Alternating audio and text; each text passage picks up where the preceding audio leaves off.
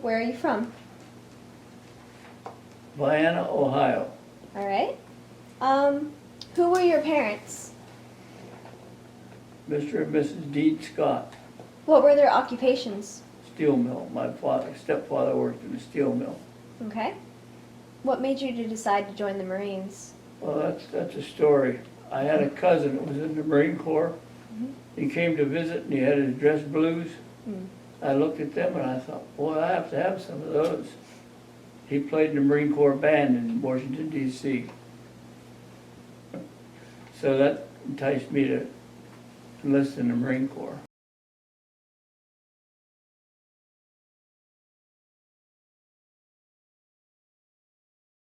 When you first enlisted into the military, what did you know about Korea? I didn't even know where Korea was. Well, my initial thoughts were get me off the ship. I was on there for 12 days. And how did you feel during that? So I just wondered what was going to happen. Yeah. I knew I was going to war. Were you a part of any historical conflicts or moments in the war? In conflicts, Mhm. just about every day. Yeah, I served a lot of time on outpost, and there was a lot of conflict there. Mhm. I imagine I was scared like everyone else, but you had a duty to do, so you did your duty. It was cold, and I served with a bunch of great guys. I just never can forget them. Mhm. Just protecting each other, that's what we did. Mhm. Because there was hundreds of Chinese who were trying to overtake us. The 1st Marine Division had the main route into Seoul from North Korea, and that's where the 1st Marine Division was. Mm. So we were attacked just about every night Wow. with hundreds of Chinese. Well, there were modern weapons at that time. Yes. They're not modern now, but they were at that time. We had BAR, Browning automatic rifles, M1s, carbines. Mhm. Someone snuck a sawed-off shotgun in. You're not allowed to have that. It's against the Geneva Convention. Well, one night we got a call on the phone that the outpost was out of ammunition.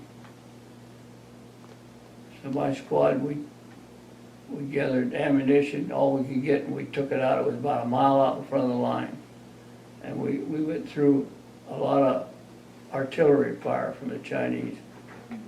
But we got to the outpost and got the ammunition. There were 37 men out there. And we couldn't leave 37 men out there without ammo. So 13 of us went out, took ammo out. And believe it or not, no one had a scratch on them. Did you receive any awards or medals? Yes. What did you receive? 3 Purple Hearts, Korean Occupation Medal, United Nations,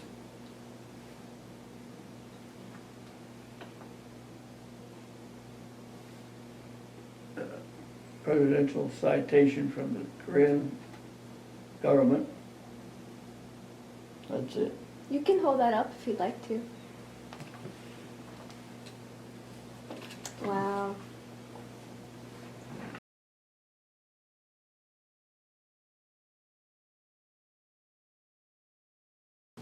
I was shot through here, Oh, wow. and I have shrapnel in my other wounds, my back, my hip,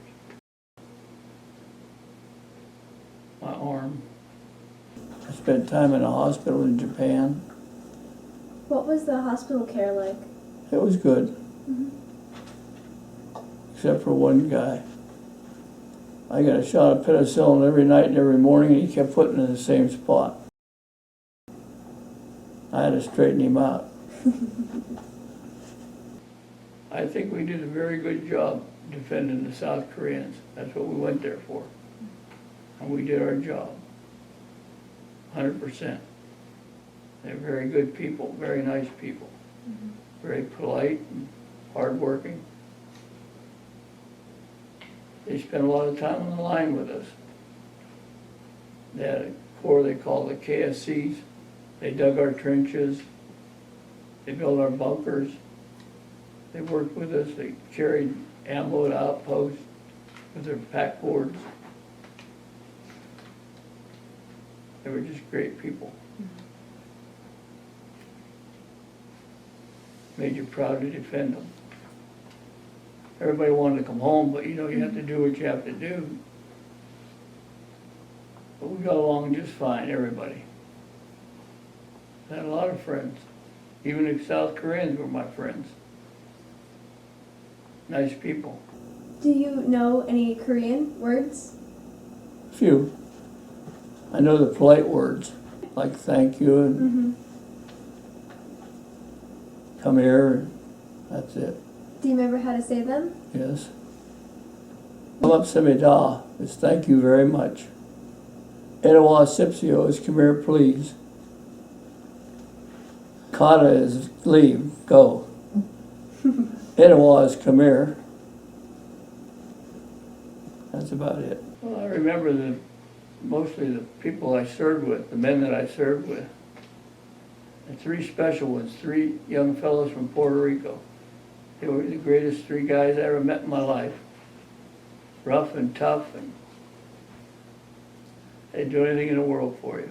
I remember one of them, but I can't remember. Ayala was one of them. He was funny. I had more fun with that guy.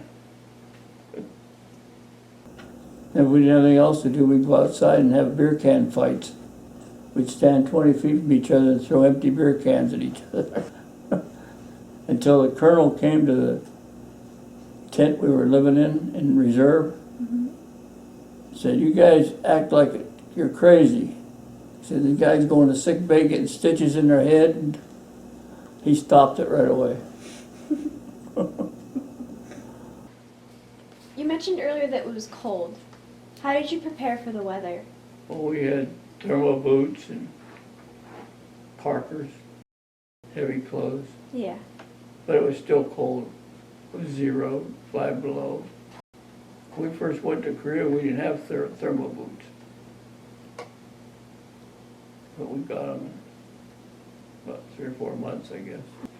In your opinion, did the media do a good job accurately portraying the war? Yes.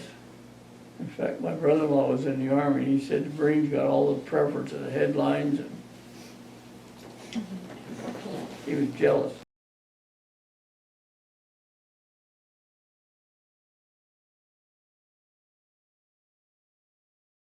How did you stay in touch with your loved ones back home? By mail.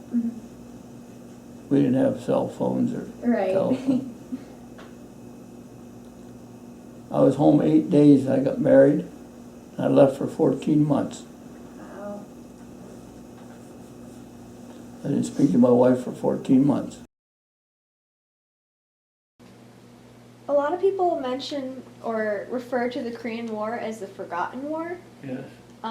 Did you feel that when you went home? Yes.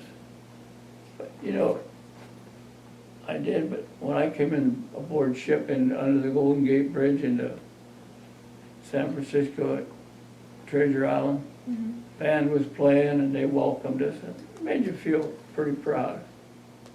What are some noteworthy events that have occurred in your life since the end of your service? Well, I have to tell you what my best duty was in the Marine Corps. I came back from Korea. I was stationed at Great Lakes Naval Training Center. I played baseball and stood honor guard for Miss Universe. My biggest event was when I bought a supermarket, my wife and I.